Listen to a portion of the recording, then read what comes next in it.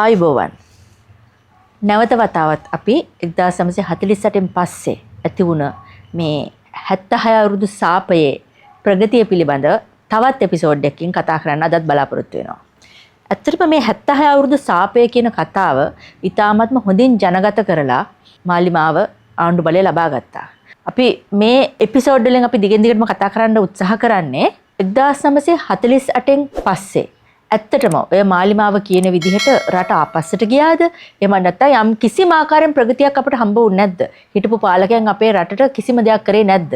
අන්න ඒ ගැන පොඩ්ඩක් අද කියන්න හදන්නේ. අපි 1948 නිදහස ලබා ගත්තට අපි හිටියේ ඩොමීනියන් ආණ්ඩුවක් විදිහට. 1948 ඉඳන් 1972 දක්වා අපි හිටියේ ඩොමීනියන් ආණ්ඩුවක් විදිහට. ඩොමීනියන් ආණ්ඩුවක් කියන්නේ ඒ යුගයේ ඩොමීනියන් ආණ්ඩු කාල සීමාව තුළ රටේ රාජ්‍ය බලය හිමි වූයේ බ්‍රිතාන්‍ය රැජිනට.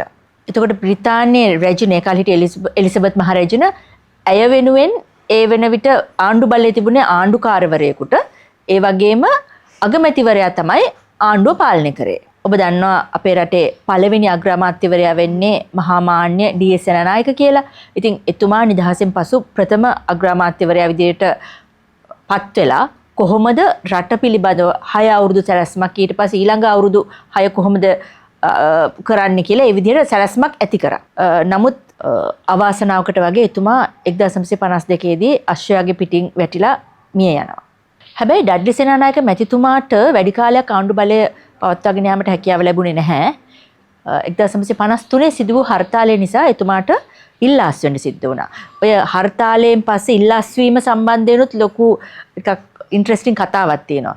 මම හිතන්නේ ඒ කතාව ඒ ඉල්ලාස් වීම පිළිබඳ ඒ සාකච්ඡාව ඇති වුණේ මුහුදේදී. මුහුදේ නැවක් ඇතුළතදී කියලා තමයි කතාව තියෙන්නේ. ඊට පස්සේ ඩඩ්ලි සේනානායක මැතිතුමා අග්‍රාමාත්‍ය ධූරයෙන් ඉල්ලාස් වුණාට පස්සේ සර් ජෝන් කොතලාවල අග්‍රාමාත්‍ය ධූරයට පත් වෙනවා. එතකොට 1953 1956 කියන කාල සීමාවේ ශ්‍රී ලංකාවේ අග්‍රාමාත්‍යවරයා ලෙස පත් වෙන්නේ සර් ජෝන් කොතලාවල. මේ අතරතුර ශ්‍රී ලංකාවේ දේශපාලනික ඉතිහාසයට ඉතාම වැදගත් සිද්ධියක් සිද්ධ වෙනවා.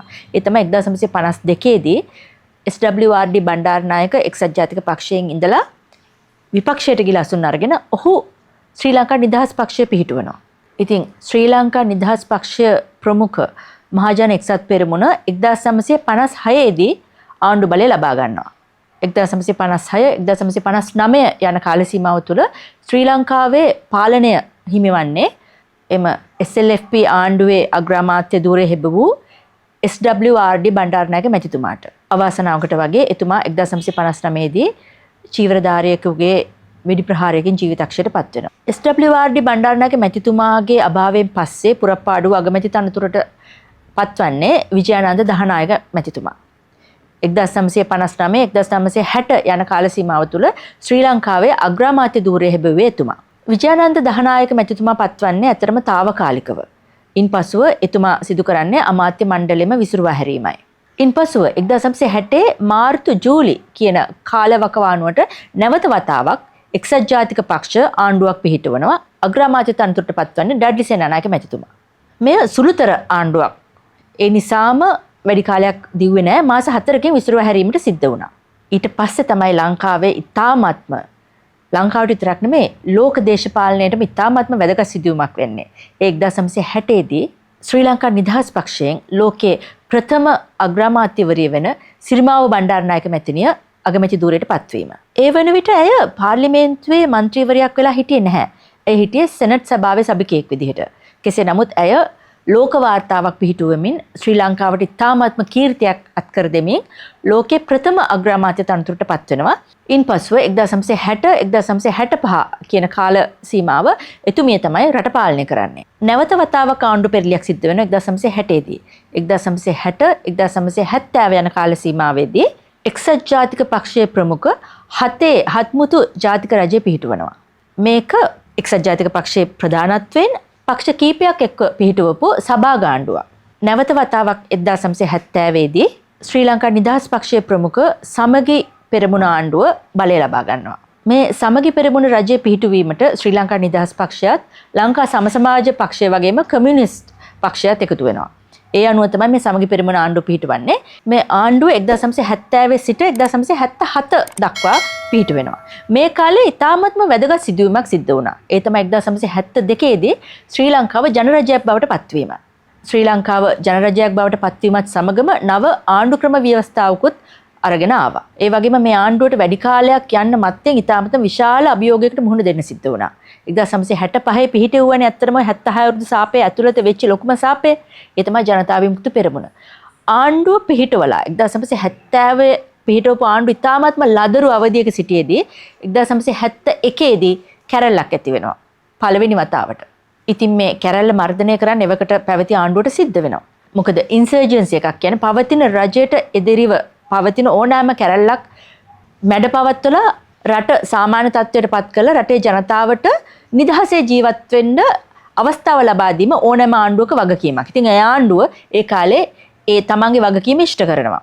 ඒ අවස්ථාවේදී තමයි ජනතා විමුක්ති පෙරමුණේ නායක රෝහණ විජේවීර ඇතුළු නායකයන් සියල්ලන්ම සිරගත කරන්නේ. කොහොම නමුත් මේ 1970-77 ආණ්ඩුවේදී එන්.එම්. පෙරේරා වගේ මැතිනියට උපදෙස් දෙන්න හිටපු අයගේ ලැබුණු උපදෙස් අනුව එක්තරා විදිහක ටිකක් එක්ස්ට්‍රීම් පැත්තට ගියපු උපදෙසක් එතුමියට ලැබෙනවා. ඒ කියන්නේ එතුමිය ගත්ත ක්‍රියාමාර්ග ගොඩක් හොඳයි. අපේ රට කාර්මික වශයෙන්, කෘෂි කාර්මික වශයෙන් අපි ටිකක් ක්ලෝස්ඩ් ඉකොනොමි එකට යනවා. කියන්නේ ඒක ටිකක් එක්ස්ට්‍රීම් ක්ලෝස්ඩ් ඉකොනොමි එකට යනවා. ආර්ථික වශයෙන් රට ස්ථාවර වෙන්න නම් රට නිෂ්පාදන ආර්ථිකයක් ඇති කළ යුතුයි කියන මතය එතුමිය ඉන්නවා. ඉතින් ඒක පොඩ්ඩක් එක්ස්ට්‍රීම් පැත්තට ගිහිල්ලා රටේ ආහාර හිඟ වෙනවා. ඇඳුම් කෝටාවක්කට තමයි ඇඳුම් ලබා දෙන්නේ. ඒ කාලේ තමයි අර මිනි ස්කර්ට්ස් අඳින කාලේ කියන ගොඩක් වෙලාවට ඇත්තට මිනි ස්කර්ට්ස් ඇඳලා තියෙන්නේ ඇඳුම් අඩුකමට. කියන්නේ රෙදි ප්‍රමාණය හම්බෙන්නේ පවුලකට කෝටාවක්නේ. ඉතින් ඒ නිසා තමයි ඒක අර ෆැෂන් එකකට වඩා එහෙම ඇඳුම් රෙදි පිළි අඩු වීම නිසා එහෙම ඇඳලා කියලා තමයි ඒ වගේ ඒ කාලේ කට්ටිය කියන්නේ. ඉතින් ඒ වගේ පොඩ්ඩක් අමාරු තත්යකට රටේ ජනතාව මුහුණ දෙනවා. ඒ ප්‍රෙෂර් එකත් එක්කම 1977 දී ජේ.ආර්. ජයවර්ධන එවකට අගමැති ධූරයට පත් වෙන්නේ. ජේ.ආර්. ජයවර්ධන පක්ෂ නායකයාගේ ප්‍රමුඛ එක්සත් ජාතික පක්ෂය බලයට පත් වෙනවා. අතිවිශාල 6න් 5ක බලයක් ලබාගෙන.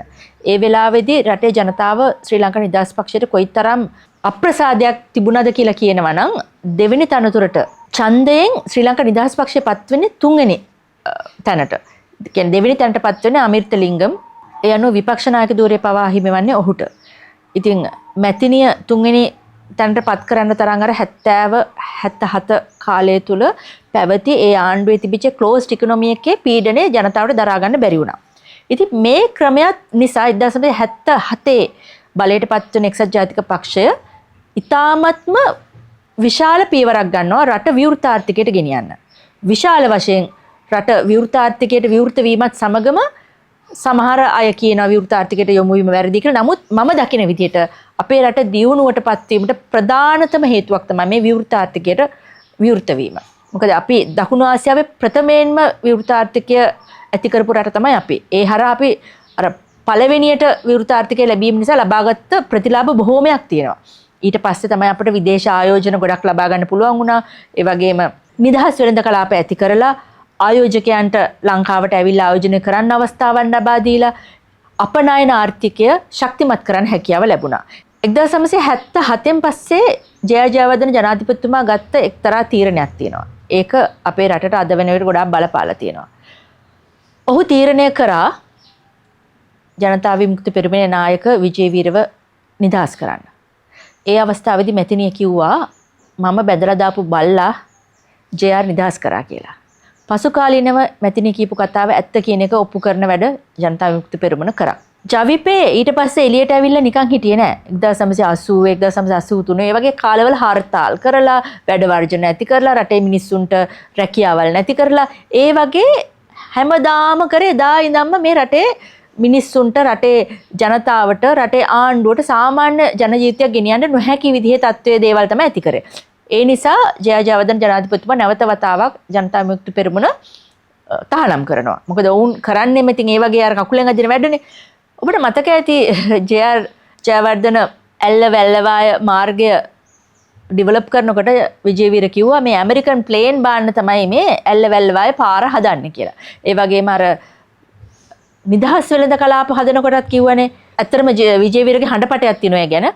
නිදහස් වෙළඳ කලාප කියලා එකක් හදලා JR තමන්ගේ මස්සිනාට බිස්නස් කරන්න හදලා දෙනවා කිව්වා. සුද්දන්ට යටඳුම් මහන එක පවා හෙලා දැකලා කතා කරා. ඔන්න ওই වගේ කතා කියලා රටේ ජනතාව කුලප්පු කරලා ඒ රැකියාව අවස්ථාවන් ලැබුණු තරුණ තරුණියන්ට තමන්ගේ රැකියාව පිළිබඳ අභිමානයක් නැතුව වුණ ඉතාමත් පහත් පෙළේ මානසිකත්වයට පත් කරලා එහෙම දෙයක් තමයි ජනතා විමුක්ති පෙරමුණ එදා කරේ. ඔන්න ඕවා තමයි ඇත්තටම 76 අවුරුද්ද ඇතුළත සිද්ධ වෙච්ච නියම සාප. විශේෂයෙන්ම මට කියන්න දෙයක් තියෙනවා මේ 1972 පස්සේ ඇති වුණු මේ ප්‍රජාතාන්ත්‍රික සමාජවාදී ජනරජ ක්‍රමයේ තියෙන විශේෂ ලක්ෂණ. දැන් 72 පළමු වතාවට ජනරජ ආණ්ඩුවක් පිහිටෙව්වට ඒ වෙලාවේදී නාම මාත්‍රික ජනාධිපති කෙනෙක් පත් කරගන්නවා. ලංකාවේ පළවෙනි ජනාධිපති තමයි විලියම් ගෝපල්ලව. නමුත් ආණ්ඩු බලය තිබුණේ අගමැතිතුමියට. 1972 දී ශ්‍රී ලංකාව ජනරජයක් බවට පත්වීමත් එක්කම ආණ්ඩුවේ කාල සීමාව තව වසර දෙකකින් දීර්ඝ කරගන්නවා. ඒ අනුව තමයි 70 77 කියන අවුරුදු 7 කාලය තුල සිරිමා බණ්ඩාරනායක මැතිණියගේ පාලනයට ලංකාව නතු වෙන්නේ. 1978 දී විවෘත ආර්ථිකයත් එක්කම දෙවන වර ව්‍යවස්ථා සංශෝධනයක් වෙලා 1978 දී ප්‍රථම විධායක ජනාධිපති ලෙස ජය ජයවර්ධන මැතිතුමා පාර්ලිමේන්තු තීරණයකින් පත් වෙනවා. ඒක ලංකාවේ සිදු වූ ඉතාමත්ම වැදගත් සිදුවීමක්. ඒ වගේම 1978 ව්‍යවස්ථාව හඳුන්වා දෙනවා. ඒ ව්‍යවස්ථාව හඳුන්වා දෙමින් ජනාධිපතිතුමා කිව්වේ මේ ව්‍යවස්ථාවෙන් මට කරන්න බැරි ගෑණියෙක් පිරිමියෙක් කරන එක පිරිමියෙක් ගෑණියෙක් කරන එකයි විතරයි කියලා. ඒ තරම් බලවත් ව්‍යවස්ථාවක් ඒක. මේ ව්‍යවස්ථාව හරි විදිහට පාවිච්චි කරන රට ඉතාමත්ම ඉහළ තැනකට ගෙනියන්න පුළුවන්. ඒ වගේම වැරදි කෙනෙකුට හම්බ වුණොත්, වැරදි කෙනෙක්ගේ අතටපත් වුණොත් ඒක හරියට පාවිච්චි කරේ නැත්නම් වැරදි වෙන්නත් පුළුවන්. ඉතින් ඒ ව්‍යවස්ථාව අද පත් වෙලා තියෙන්නේ චුට්ටක් ඒ වැරදි කණ්ඩායමක් අතට. කෙසේ නමුත් 1977 1994 දක්වා අවුරුදු 17ක් පුරා අඛණ්ඩව එක්සත් ජාතික පක්ෂය ආණ්ඩු බලය රැකගත්තා. මේ කාලය තුල වෙච්ච විශේෂ සිදුවීම් ගැන කියනවා නම් අධ්‍යාපනයට ඉතා විශාල උන්නතියක් ඇති කරා. විශේෂයෙන්ම රනිල් වික්‍රමසිංහ මැතිතුමා අධ්‍යාපන ඇමති විදිහට ගෙනාපු අධ්‍යාපන ධවල පත්‍රිකාවටත් ජනතා විමුක්ති පෙරමුණ විරුද්ධ වෙලා රට පුරා පාසල්වල උද්ඝෝෂණ ඇති කරලා ස්ට්‍රයික් කරලා ඒකට විරුද්ධ වුණා. එතනදී ඒ අධ්‍යාපන ප්‍රතිසංස්කරණ වලට විරුද්ධ වීමෙන් ජවිපේ විශාල වරදක් කරා. එකක් තමයි ඒ ජවිපේ එතනදී දැක්කේ අර ඉංග්‍රීසි භාෂාව අනිවාර්ය විෂයක් කරපු එකට විරුද්ධ වුණානේ. ඇත්තටම එදා ඒකට විරුද්ධ නොවුණා නම් අද වෙන විට ජවිපේ ඉන්න මැති ඇමතිවරුන් ඉංග්‍රීසි භාෂාව නිසා මේ තරම් අපහසුතාවයකට පත් නැතු වෙන්න තිබුණා. ඒ වගේම පෞද්ගලික විශ්වවිද්‍යාල ඇති කරනවට ඉතාමත්ම දැඩි ලෙස විරුද්ධ වුණා. එතනදී ඔවුන් කිව්වේ නිදහස් අධ්‍යාපනය නැති කරන්න යනවා කියලා. ඇත්තටම ඒ නිසා අදටත් පෞද්ගලික විශ්වවිද්‍යාල අපේ රටේ ඇතිතරම් නැතිකම නිසා බොහෝමයක් විදේශ විනිමය පිට රටවලට ඇදිලා යනවා. ඒ වගේම අපේ රටට එන්න තිබුණ පෞද්ගලික විශ්වවිද්‍යාල උදාහරණයක් විදිහට මොනාෂ් විශ්වවිද්‍යාලය ජනතා විමුක්ති පෙරමුණේ තිබිච්ච ප්‍රතිරෝධය නිසා ඔවුන් ඒක අපේ රටට ලබා නොදී මැලේසියාවට ලබා දෙනවා. ඉතින් ඒ වගේ අපිට ලැබෙන්න තිබිච්ච ගොඩාක් දේවල් මේ ජවිපේ ක්‍රියාකාරකම් නිසා අපට අහිමි වුණා. ඒ වගේම ලංකාවට ආපු ආයෝජකයන්ටත් ජනතා විමුක්ති පෙරමුණ කිව්වා කවදා හරි අපේ ආණ්ඩුවක් ආවහම අපි මේවා රජයට පවරා ගන්නවා කියලා. ඒ නිසා අපිට ලැබිච්ච බොහෝම ආයෝජන අපේ රනිල් වික්‍රමසිංහ මැතිතුමා කර්මාන්ත ඇමති විදිහට ගිහිල්ලා ජයජයවර්ධන මැතිතුමා රොනි දෙමෙල් ඔය වගේ මැති ඇමතිවරුන් තමන්ගේ හැකියාවන් වලින් පාවිච්චි කරලා විවිධ විදේශීය සම්බන්ධතා යොදාගෙන රටට ගෙනාපු ආයෝජන වලින් 50% විතර අපේ රටට එන්න බය වුණා. ජවිපේ ක්‍රියාකාරකම් නිසා. හැබැයි ඒ කාලෙදිම තමයි මහතිර් මොහොමඩ් මැලේසියාව ගොඩනගන්නේ. ඉතින් අපි කැන්වස් කරලා ගෙනාපු ඒවා අන්තිමට අපේ රටට එන්න බය වෙනකොට මහතිර් මොහොමඩ් තමන්ගේ දෑත විදහා ඒගොල්ලන්ව පිළිගත්තා. එතනින් පස්සේ මැලේසියාව අපිට වඩා ගොඩාක් ඉහළට ගියා. ශීඝ්‍ර දියුණුවක් ලබා ගත්තා. නැත්තම් 77 ඔය කාලේ වගේ වෙනකොට 80 ගණන් මුල වෙනකොට මැලේසියාව පවා හිටිය අපිට පිටිපස්සේ.